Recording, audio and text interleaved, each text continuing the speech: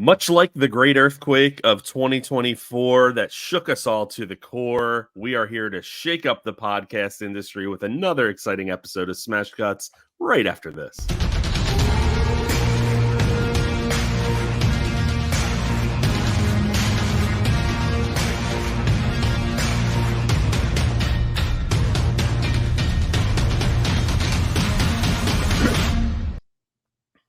Welcome to episode 177 of Smash Cutz. Sean has returned. How are you, sir? I'm here. Slowly becoming more of a father. I finally started Bluey. There you go. She was not interested in it at all. So I was like, well, this seems pointless. So was that Sean Chandler's influence when you listened to last week's episode? Pretty much. It's been a couple of them. I think there's been a few guests that are new fathers and they talk about Bluey. And I'm like, shoot, I want to wait for her to enjoy it, but at the same time, it's like, I don't know, she's looking at the screen all the time, so she can't look at the screen while I watch Shogun and like samurais are getting decapitated. like I can't imagine that being healthy for her new memories. But listen, she's got to watch it at some point. With the way that your watch schedule is, she needs to get on board. It's becoming very, very clear. Like, it's not too bad. I'm still watching quite a lot, but that watch schedule is dwindling fast. And but I will. Sesame Street is dope. Like, it's the same pattern every single one of them. They up the production value. It's pretty solid. So I'm learning about mung beans, and I'm psyched. How did you refer to it, to your life in a text message yesterday? It was like, my new life or something. Oh, yeah. I forgot what it exactly was. Yeah, but it's where I'm standing. Well, you're still, doing a great job of catching the latest releases. And today we're going to talk Immaculate, and then we're going to dive into Dev Patel's directorial debut, Monkey Man. But why don't we start with Immaculate?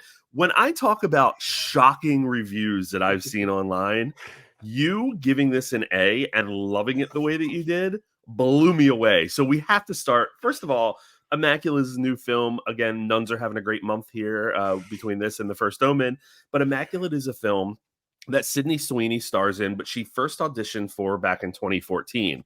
Because of a lot of budgetary issues, whatever, the film was never made. But now that she is a household name, or becoming one, I should say, and she has her own production company, they bought the script, punched it up, and here's Immaculate in theaters in 2024. Which 10 times better than that, because the conservative narrative is like they've gotten innocent Sydney Sweeney now, and it's like no, she created all of this. Like, she's the one. Nobody got her. She got herself. This is her job. She got herself, and the film got you. Talk about your review here. Oh God, it is just so strange where I really did love this movie. It's got these simple horror elements in it of someone has to get out of a thing. There could be complexities here, and I think the main criticism is, does the film actually reach the interesting messaging or complexities? And kind of, but not really. They get into like sort of element of choice, but not in a way that like they're really exploring anyway. I just really loved that I was scared, because I've been in a lot of horror movies where I haven't been scared. And I'm, by the way, very easily scared. And I think that the way this horror movie did it, by just torturing you sometimes. And people talk about jump scares as being a swear word in horror movies. But if you do them right, jump scares are some of the best stuff you can use. And I think in here they were done right. This set piece is perfect because it is a place where nuns are dying. And so they're mentally not great. They have dementia. So they're already there's already this creepy element to it where they'll just show up and say random stuff. And so right at that moment when they're going through the place, I was just like, okay, I'm in a happy home right now. This is exactly where I want to be for horror. And then, the log line is she's pregnant with a demon baby. And to not get into spoilers, it's way more complicated than that, and kind of way more awesome in a sick, twisted way, which, I will address this as someone who is, grown up Catholic. Sure, I guess we could say this is sacrilegious, but at the same time, it's kind of so far bonkers fiction that if you really let this movie bother you like it's bothering right-wing groups, I don't know what to do with you, because it's not true. It's not a documentary that they're saying this occurred like this. It didn't. And so it feels strange. You and I texted about this a little bit. It covers, I mean, it highlights really fucked up people in a church, right? Yeah. In Catholicism, and there's fucked up people everywhere. So, look, if you can just admit that there's always a group that might go crazy, whatever, then you're fine. This is not a takedown of the religion. It's just focused on really shitty people doing really shitty things because they're a little cuckoo, as you Is a said. literally the priest that is involved in this is a straight up mad scientist. And so it's Yes. like, what, how can you actually like take this, seriously? Like you can't. And so it's instead, it just became an absolute fun blast horror in the end. And I got to give it up for Sydney Sweeney, who now I know that much about her, where first of all, her marketing campaign has been great with this. She's been watching, which I think is great. Say that again. You cut out for a sec. Oh, I'm sorry. I got to give credit for Sydney Sweeney's marketing campaign. Apparently, she's watching this with nuns, and she's having an absolute blast promoting this. But it's always really important, and this is like an unfortunate world that we live in, where there's more articles about the size of Sydney Sweeney's breasts, even in 2024, than about like her talent. Which, guess what? Her talent is really good. It's good in Euphoria, however you feel about Euphoria. It's good in this. She is a really talented actress. And she like goes from, I think I wrote this in my review. She doesn't exactly try to be like Maria from Sound of Music in this. She just plays herself as a nun. And then, then all of a sudden when she's brought through like the ringer by the end of it, she just is absolutely guttural in this performance. And it is, oh my God, amazing. The last 2 minutes of the movie. Hello. Leaves it all on the table right for you. Yeah. I won't stand for this Madam Web erasure, but we'll move on. What's really interesting, as you were talking about this film and having seen the first Omen since, it's so fascinating because the description very much tracked the first Omen for a lot of it. And I'm like sitting here in my head trying to remember back like to the distinguishing features of both films so that I'm not getting them confused and overlapping. And it's actually pretty tough. That's interesting, actually, because like, it is once again nun and demon baby, I guess, like is first Omen. But yeah, that'll be if I can get away this week, I'm going to try to pull that one off because I of course love the original Omen, and I will say like I didn't want like a legacy prequel like this, but those trailers were just so damn good. Like they like for that marketing department as well, just well done on all accounts. We're not talking about First Omen today, but it is a good film. It's well created, well put together. The production value is definitely there. And Nell Tiger Free kind of owns it, like Sydney Sweeney, honestly. Very similar in terms of just how they leave it all on the table. But it's kind of one of those, did we need this? And we all know where it's going by the end. And it also leaves some loose ends that are going to result in other prequels, I'm sure. So here we go. Can't just have one film and be successful. Immaculate was a very nice surprise. I really enjoyed it. One of the things I love the most about it is you were saying that like it gets a little bit more complicated, but even in how complicated it gets, there's a simplicity that really makes it work. And it's a very straightforward story, honestly, once you learn what's happening. And it's a contained film. It's an hour and 29 minutes. It just hits you right away. And like, listen, it was effective. I think it's kind of wild. Like we talk a lot about short run times and how we love a good tight film there. I could have gone longer with this. I would have loved to have seen more. And I think that there was more that they could have explored. But I also like that they were like, no, we're just going to hit you with this. This is a contained story. This is what it is. And, of course, thinking sequels and stuff, maybe there's opportunity in the future to explore this corner of the world a little bit more. But I don't want it, actually. No, it would be too weird. I can't even like imagine how a sequel could be written for this. Like, it wouldn't involve her character likely, or, could in a way. But that it all culminates in that final scene that was just amazing, and it lets the camera runs and lets Sydney Sweeney do her thing, and that was just a great way to go out. Cut out. Oh, there we go. We're good. There we go. Technical issues. The earthquake did it. Yeah, so I still haven't written my final review for this. I think I go like a 4 out of 5 on this, honestly. There were some pieces that I was like, okay, we're doing this again. And I think that's a struggle with a story like this. Obviously, we, again, referring to the first Omen, we see a very similar story. So kind of breaking out of that, like, exploration of bodily autonomy and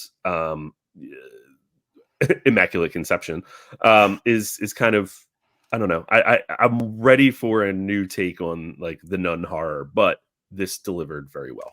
I mean, I'm just thankful, like, devil movies like are scary again, because they've just haven't been in a while. Like, a kid in a deep voice doesn't get to me anymore, and so finally, like, this stuff is actually working so much better. And yeah, I like how this was just simple. The reaction of this between the box office, bit of a failure, unfortunately, although it's considered the best neon horror movie, which I guess that means Neon doesn't do many horror movies, because it's not this didn't do well at the box office, which is a shame. And also the reaction, like, not that I should even care about Rotten Tomatoes, but it in the 70s feels like, okay, that people liked it, and I think people were expecting something more, and I think that's where this drop off came. I was talking with Jacob Watches Films, and because the two of us seemed to be the two that absolutely adored this movie head to toe, and it was like, what's going on? Are we being gaslit? Like, come on! But I just had so much fun, and I couldn't. My jaw was on the floor. I really enjoyed this one. This definitely screams of a movie that's going to be successful when it hits streaming, and definitely have legs there. So it's an indie horror essentially with neon, and I think it did well for what was expected. I would have loved to have seen a better reception in terms of the financials at the box office, but like I said, I think this is going to have some legs and prove to be a long-term success in how it's regarded. Whether Neon's happy with that or not, I don't know. Check their wallets, but as long as Neon just gets the Palme d'Or every year, that's all they care. That is actually all they care about at this point. Let's talk Monkey Man. Switching gears here. This is Dev Patel's directorial debut, a film that was made over COVID and experienced a lot of turmoil in terms of lockdowns and cast members not being able to get there and broken equipment and some stuff shot on iPhone. And also was originally a Netflix film, which is wild to me. And Jordan Peele was the one that ultimately, with sparing the details, when Braun filed for bankruptcy, it opened the door for Peele to acquire the film and support it getting to theaters, which I think it absolutely deserves to be in theaters. This is a very straightforward revenge story in a lot of ways. It's similar and familiar to a lot of other films. It's kind of a John Wick-ish type, but it does, I think, set itself aside because of the representation within the film that was really a nice swing here. Obviously, it's a primarily Indian cast, which was awesome to explore because it's part of cinema and part of the world that we don't really see depicted on screen that often. And there also is this surprised me, but the transgender angle was like, it came out of nowhere with me, or to me, I should say. And I thought it was very well delivered and a nice piece of the film that was, like I said, unexpected. I need to emphasize that we should never use our phones in the theater, but I had to look up because they were extremely vague about it. And I was like, is this a trans group? And so I looked it up to be sure. And I was like, that's awesome. Like, that's like a crazy turn on that. Yeah. And I will say, though, that, obviously I'm full support of exploring that. That's where my issues with the movie began, is that it starts off as a very simple revenge story of a young boy who is now a grown man wanting to avenge the death of his mother, which occurred after land was taken from, and it gets into it a little bit more with the politics behind it. And there is some political messaging there and exploration in terms of governmental forces over in India. And while it doesn't necessarily get into the specifics of it, you can definitely tell that there's contention there that probably means a lot more to individuals who are more familiar with those struggles and the challenges of the Indian government. But where it lost me was it does go from this small contained story to like a wider, like, he's fighting for the little people. He's fighting for the outcasts. He's fighting for the people that have been displaced. And he's like taking down, the major, not corporations, but the major movers and shakers. And that kind of happens like that. There's the middle of the film is a little bit slow, and it's kind of the development of him into this like representative for the people that have been displaced. And I didn't think it needed to go there. I was kind of frustrated by the plot and how that developed, because the rest of the film is a lot of fun. It's action packed. The camera work is a little frenetic and frantic, I should say, at times. I love found footage stuff. I love the camera movements in the hand, but this one kind of like, There's goes a lot of overboard a them, little. yeah. Yeah, it goes overboard a little bit. And I wonder if that was the result of them having to use iPhones and stuff for certain shots, but Dev Patel is the key here. He owns this film, not only as director, but as an action star. He was phenomenal. Convincing, menacing. Definitely, you can read the emotions on his face in every scene. And I just really, really, really enjoyed how he was able to kind of break out of some of the other roles and, the stereotypical boxes that we've seen him placed into. To really deliver a really solid film. It's not a bad film at all. It's a good film. It's just familiar. Yeah, I loved a lot of aspects of this film. I loved a lot of them, and I think I agree with your criticisms of it. And it's tricky because the pace is off on this one. The pace Yeah. just feels off, and I couldn't pinpoint why it was. And because I felt like everything was needed. There was the moment where they needed to like stop the action for a good hour and like For a good hour, collect yeah. themselves as a character. And so there though all of these elements were needed, I think it just didn't really just fully gel together. I will say, yes, these action scenes are absolutely just flawless. I want Dev behind the camera more now. And he did the good job as the action star that doesn't talk barely and like is just like beating people up. And he has that John Wick style where he's impenetrable. And I think what I liked the most about that is that there was a slight like reasoning behind it. Obviously, it's unrealistic beyond all belief. There's no way of getting around that. I don't care anymore. But the dude just spent like probably a large amount of his life getting his ass kicked. So he knew how to get up from an ass kick.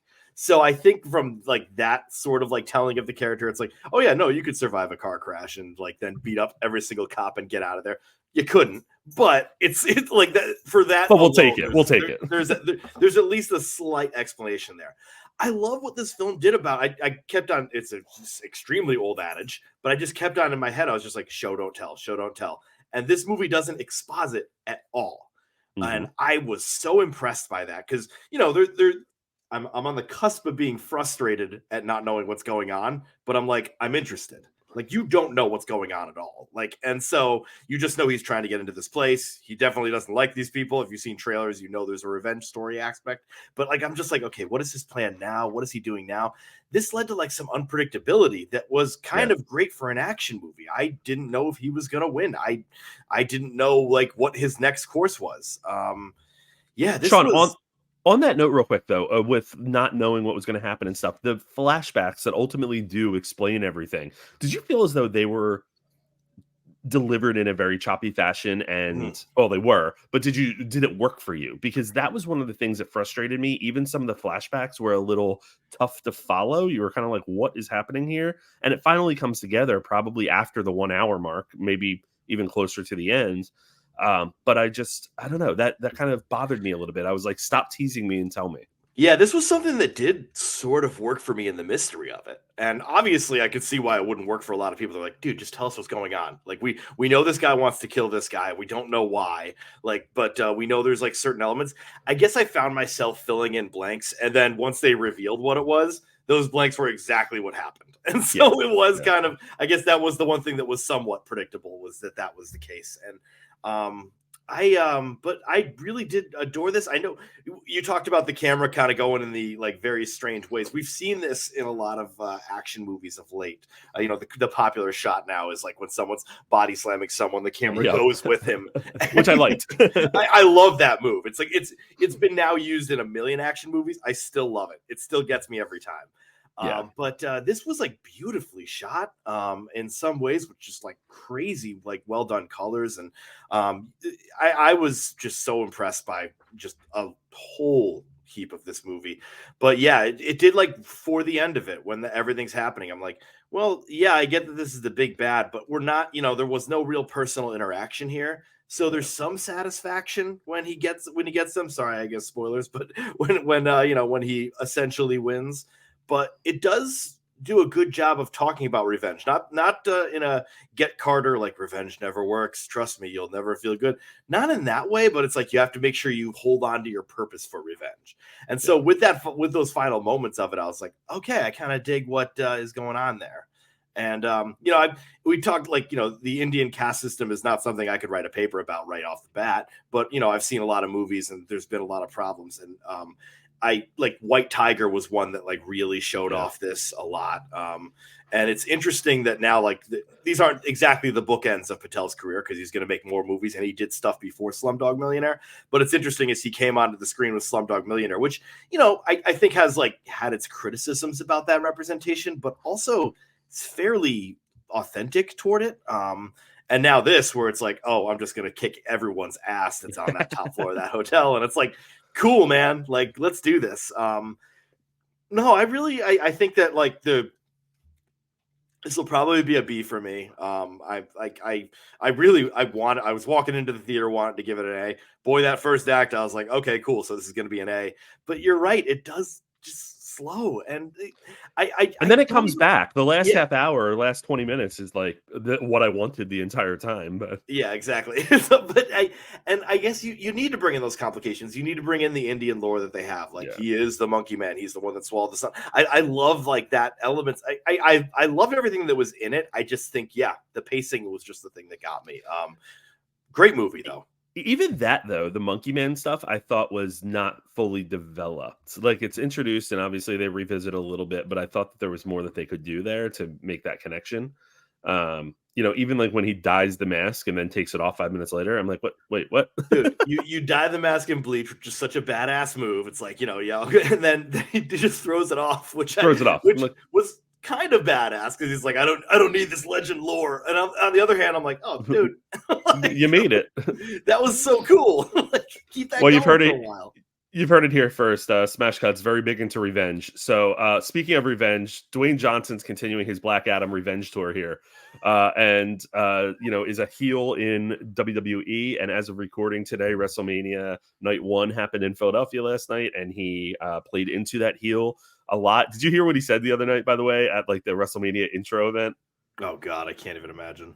To Philadelphia fans, he said, sorry I was late. I was watching YouTube videos of Jalen Hurts losing in the playoffs.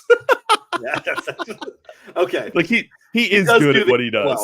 Well. But here's what's going on with Mr. Rock here. He, for some reason, thought that WrestleMania was a great opportunity to sit down and have an interview with Fox News of all people. And basically made himself more of an enemy of the people in a lot of ways. He said that he endorsed Biden for president in 2020, but he's not going to do that again because it caused division. And it really tears me up in my guts that there was division over his endorsement. And then woke culture really bothers him. Just a lot of, in my opinion, very self-centered, like, what's the word? Self-aggrandizing. Like the idea of like how he views himself and the importance that he places on everything that he does. And he even says in this interview, like the most followed man on social media or something in the world. Like I just always think back to when he kept saying he was going to save DC films and how he always just thinks that his films are going to be like the savior of the world, like kind of like Christopher Nolan with Tenet. Always thinks that things are going to be that much bigger than they really are. And this man just continues to chart a path that reeks of selfish focus, if you will. And this is a very interesting one. And that's not because of, him saying he's not going to endorse this go around or whatnot, but it's because of the fact that like he thinks his word caused division. That didn't happen. Division has been there in politics for quite a long time, and it's only been getting worse every year, really. And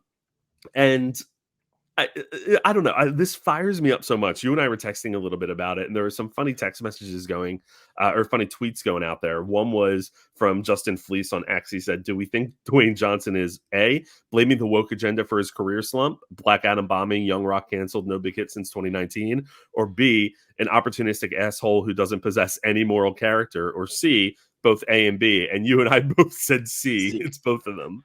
What are your thoughts on Mr. Johnson here going on quite the random publicity spree? I don't really understand his message here. He was like, well, I endorsed Biden and then the woke culture came after me. It's like, no, those are separate things, buddy. Like, Right. like I first of all think like when you say the sentence woke culture in it, like you already don't know what it is. I love like, the interview of that lady that wrote a book on wokeness, and they like the first interview was a softball question. It's like, what is woke? And she couldn't answer it. She's like, oh, actually, I really don't know, because they don't know what it actually is. They don't know what it is. It's basically, it's become more of just woke is liberal, which woke is being like, I don't know, aware of other cultures and other cultures like inadequacies, or like not even inadequacies, and having but having empathy for the experiences of people outside of yourself. Yeah. But then now it's like that one word now, like even when I like see it online, even I get a chill down my spine because I know that it's not going to be used in a positive manner the way it should be. Yeah, this reminds me a lot of when Scott Baio endorsed Trump, and he's like, and my career went downhill ever since. And I'm like, buddy, what career? listen, pal, I don't know if you were really skyrocketing before that. Yeah, I don't know. This seems like a marketing ploy with the WrestleMania crowd. This could seem like that. This could seem like I don't know what this is, because this guy was the most charming dude, highest paid actor. Like you'd go see a movie with him and you'd see it for him. He's fun in his movies. He's great in those movies. It was awesome to see him come back into the ridiculous Fast and the Furious franchise. And also he was responsible for it getting the kick up that it needed. And so for those, he was a naturally fun guy. Like, and now he's got stuff coming up. There's a Moana live action. There's the Moana sequel. And it's like, you can't really go around with this stupid stuff, buddy, because I don't know. I don't know what's going to happen to him for these dumb comments. Cause like, but you're the one stirring up the division now. Like, yeah, your comments here are doing that. Like by just like talking about how the woke agenda is a problem, which there's no such thing as a woke agenda. We care about people other than ourselves. That's the woke agenda. It's not to, like eat your babies or something like that. It's like, it's just a strange thing where like, we're looking at the bare minimum in human interaction. We're not trying to take over a country and turn your hair blue. Like, just get over it. Like, it feels just so strange. Like, I don't, like, I've never used the word woke in my life except to quote someone else. I'm never going to use the word woke. I'm just gonna, I don't know, like, focus on people of different cultures and enjoy different things that I normally wouldn't. That seems like a better way to be in general. I think the fact that he literally says what his endorsement caused was something that tears me up in my guts, which is division. You think you caused the division, sir? Like, he just gives himself so much more credit than he really deserves for these things. And even before reading these comments the other day, I've been very anti-Rock for the past couple of years, just because I think he's very, like, I mean, he genuinely fucked up that Black Adam thing. Like, he fucked up the Black Adam thing, but he thinks he's more important than he is. Yeah. And for a long time, one of the charming aspects of him was that it didn't go to his head. And it has gone to his head now. I think a lot of people were turned off when the Maui fires happened. And his response to that, like, where he was raising money and everyone was like, yo, asshole, give money, like, stop telling other people. It's just, I don't know. This dude just can't get out of his own way. And I think he has to know what he's doing here. But what it is, I mean, we don't know. And I would like to have a good idea of what his thought process is. There is a part of me that just says it's a career pivot. He's done with liberal Hollywood, and then he'll just make like movies where Dennis Quaid shits on a mound, and and hey, guess what? There's money in that. So, enjoy being on that side of it. Because guess what? You can have a career being canceled and you'll just be in, painstakingly terrible films, and you start Twitter talk shows and everything. I don't know if that's where he's going to go, but I have a feeling he's going to be like realizing that this, like, maybe he doesn't realize it. He has to be humbled enough to not even, like, he doesn't even have to apologize for this. These aren't really that inflammatory comments. They're just kind of stupid.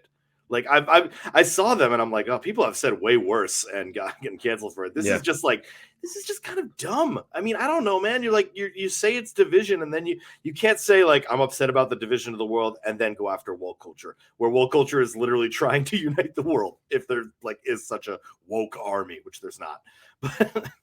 Well, and the other thing is, this interview was just so silly to me. There's some other questions that any good reporter could probably ask. Like, let's talk about Vince McMahon and his current troubles, and how The Rock is Vince McMahon's boy and has been since the 90s. What did you know about that? What are your thoughts on all that? Because we haven't heard anything from him regarding this, and he is now one of the board members of TKO, which has WWE under their belt. No pun intended, but like, what is going on here? Like this, I don't know. I wonder if we're going to see more come out about this dude, and he's just leaning in, I guess. Like maybe he's just like, lubing up the runway for us here with the shit that we're about to learn about him. I don't know. Right. That's conspiracy theory, but when in Rome. Speaking of, I don't have a good transition here. I was going to say talk about reality here, but mixed realities and two versions of reality in America. Another Matrix film is happening. This was a surprising bit of news to me, I guess, because the Matrix Resurrections was a nail in the coffin, I thought, for the series that struggled after the first film. And there's differing views on how those other two, the first two sequels were.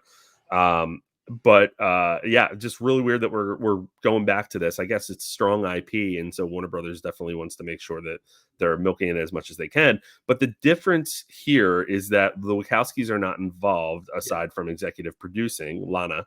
And Drew Goddard is directing this film, which you were actually into when we were texting about this. I'll say, if you're gonna do like a crappy Matrix, I looked up his stuff and I was like, okay. I mean, at least like it's somebody that has some creative shit in here. So yeah, there's that. But do you think that this is? Here's what I expect. Let me ask this differently. I expect that they're going to pivot away from Keanu and my gosh, I'm forgetting her name suddenly. Carrie Ann Moss. Thank you. I was like Carrie Ann Reeves, and I always think of the girl, who's the Carrie Ann Arbor from Dancing with the Stars is the one that always comes to mind. They're probably going to pivot away from there and want to explore a different angle that allows them to then take this story further in the future and continue to make Matrix films and properties. What do you hope to see from this? Well, I obviously, like you, didn't really like that Resurrections film. I did kind of admire that what they did, where Lana was like, I don't want to make a Matrix film. So what she did is she made like this insane takedown of like, Matrix films and sequels and just any sort of franchise stuff. And so I kind of admired that, that move. I was like, okay, that's sort of awesome. I don't like this movie. I think it went off the rails in many different ways, but I did think it was like, I do admire like what she did there. But I think in this case, you really need to just like abandon all hope with everyone there. I mean,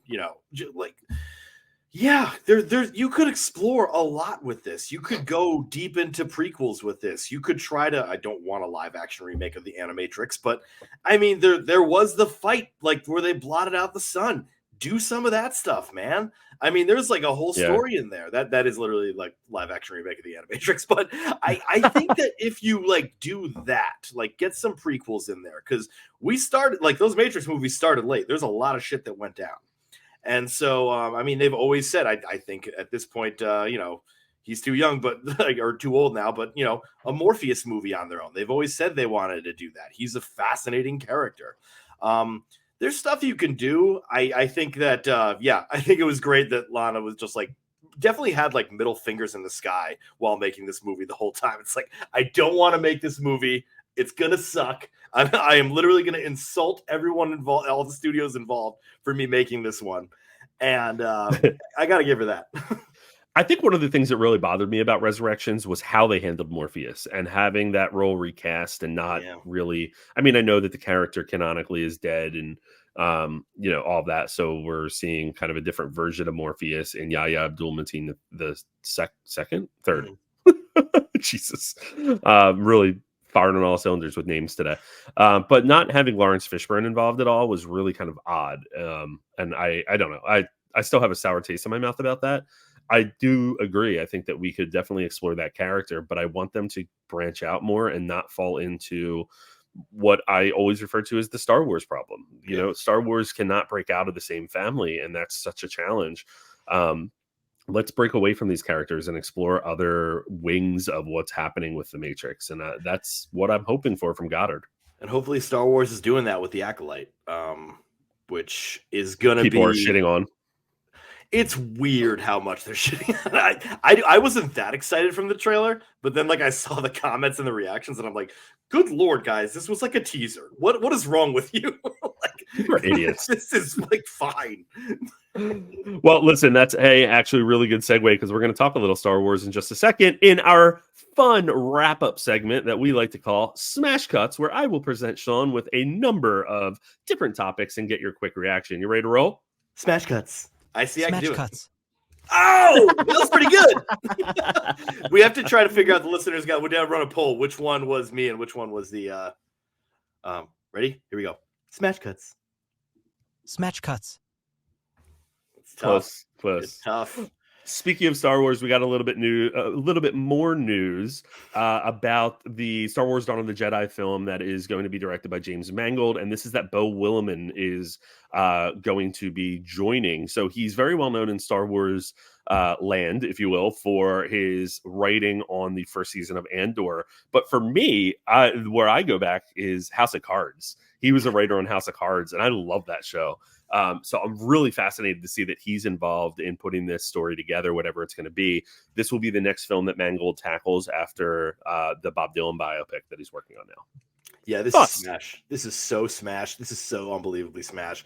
Like, you know, the start of the Jedi era, Mangold directing, and now you're getting someone from what might be the best. Well, no, I was the best Disney Star Wars thing that we've had. Like, this is perfect. Thank you so much for getting Beau Williamson in there. Andor.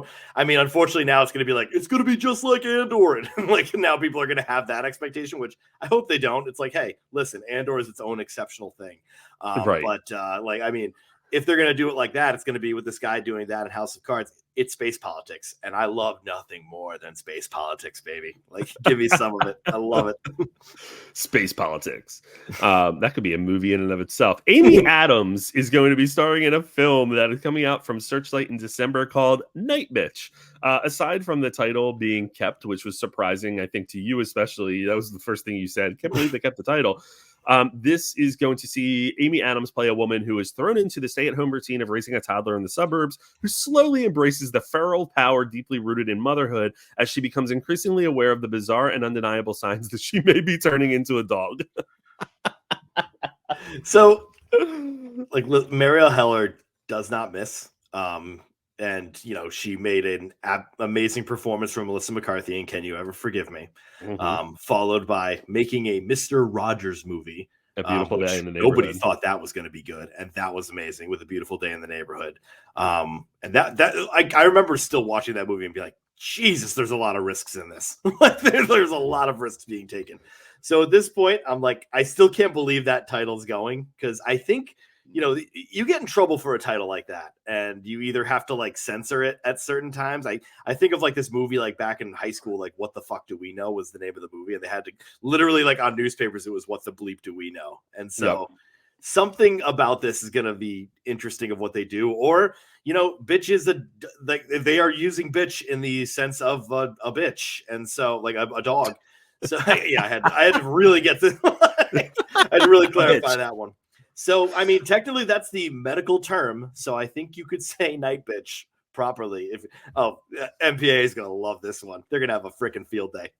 I always just go back to the fact that this Searchlight is a Disney company now. So like, I always have that in the back of my head, that Disney is going to be pushing Night Bitch. Similar to, you know, talking about The First Omen. Like, when you see that film, Sean, you'll see how it really does push a lot of boundaries. And, you know, if you know a little bit of the background with it, they were trying to rate it NC-17 because of one scene in particular. And so remembering that that's a Disney property now is just wild to me.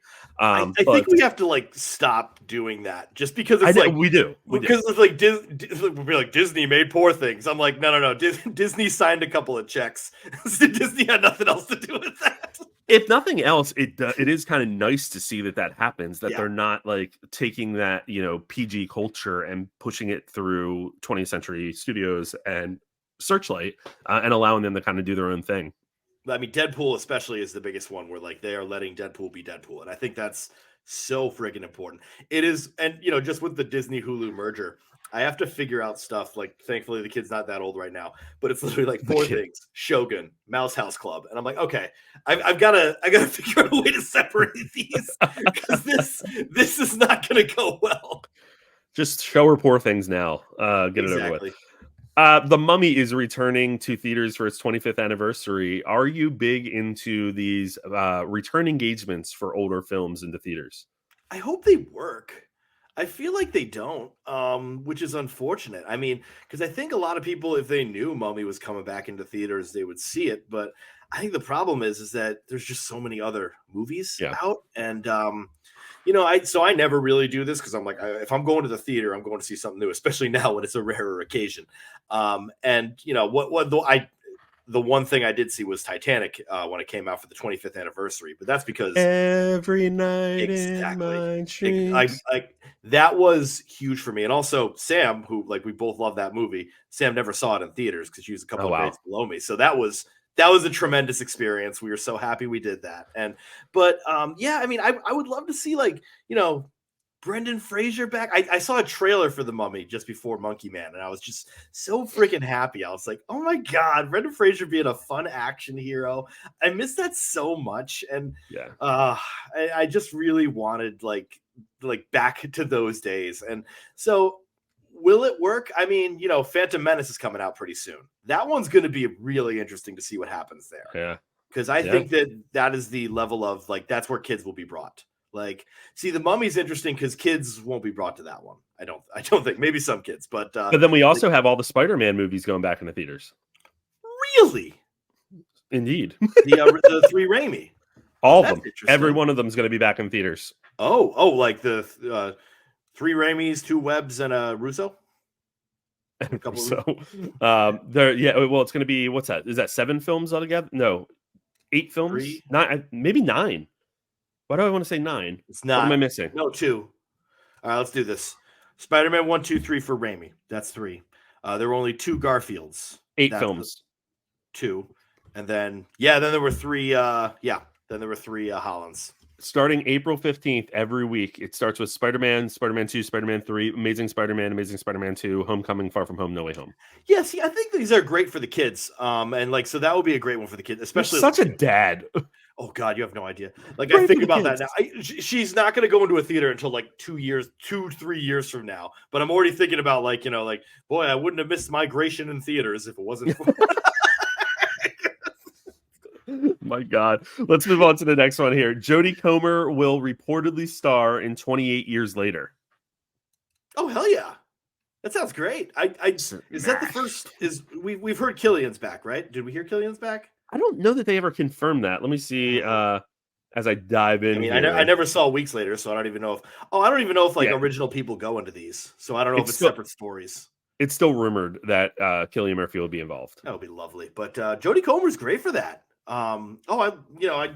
She's someone who, Last Duel should have been a better result for her with her career. I mean, she was great in Killing Eve.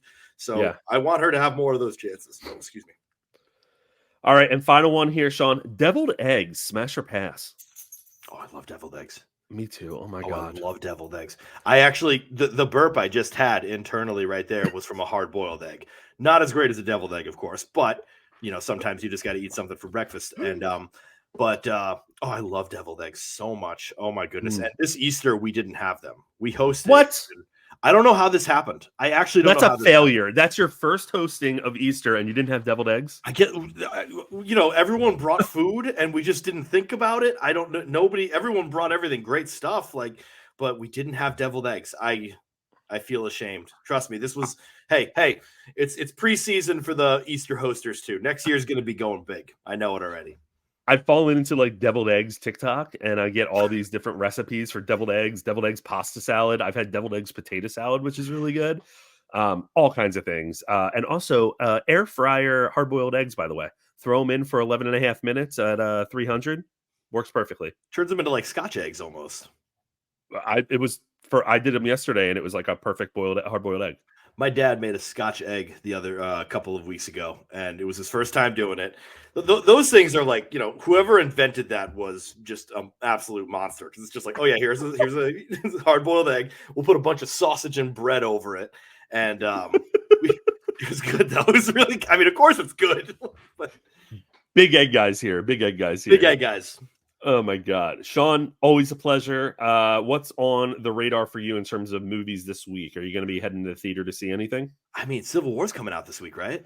Yeah. Have you seen it yet? I go Monday.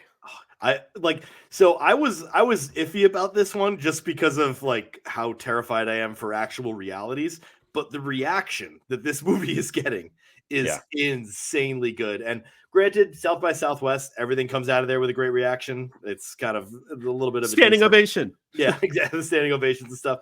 But this one, like, is getting, and like, it looks more and more complicated than just like, yeah, hey, this isn't just like Republicans versus Democrats. It's like portions of all these states are off and stuff. And I'm excited for this, especially after, and let's please hope this isn't the case. Garland said he's quitting filmmaking, which I think quitting filmmaking means he's going to be gone for a couple of years and then he'll do something again. Cause that would be tragic. And if he does do this often, I think people do this often. I would say that, you know what? If you want to quit filmmaking, that's fine. Keep writing.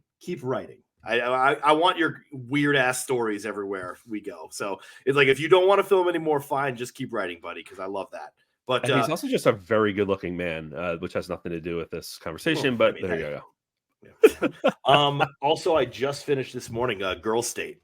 Nice. Answer to Boy State. The Boy State. Just like, I mean, I have a bias on the Boy State documentary. I love that one so much. Now I even love the Girl State one even more. But nice. Yeah, nice. They're both still need to watch that. Yeah. I have Civil War this week, and then I have Henry Cavill, the Ministry of Ungentlemanly Warfare on Wednesday. I can't wait. Is that coming out this week too, or is that an early release? I believe it's this week, honestly. That's annoying. Come on. One movie a week. Maybe it's not. It's the following week. Okay, good. Oh, wait. I got my April break. So, oh my God. Like, and Abigail, like there's a lot coming out. Sasquatch Sunset. I will be handing that baby over to people numerously during my break and just being like, God. Yep, I'm catching up, baby. Out of control. Next week, Sean, we'll have Movie Death Blows on the podcast. A local Philly friend of mine who is a critic, really active on Twitter and TikTok. So check out Movie Death Blow on Twitter or X, if you will, to get to know him. But it should be a lot of fun. We have a lot of good discussions in person. So we thought, hey, let's take it to the podcast. And then you will be back in 2 weeks. And we have some exciting guests coming down the line that I can't wait to share. Nice. Sean, happy babying. Oh, thank you. Yeah.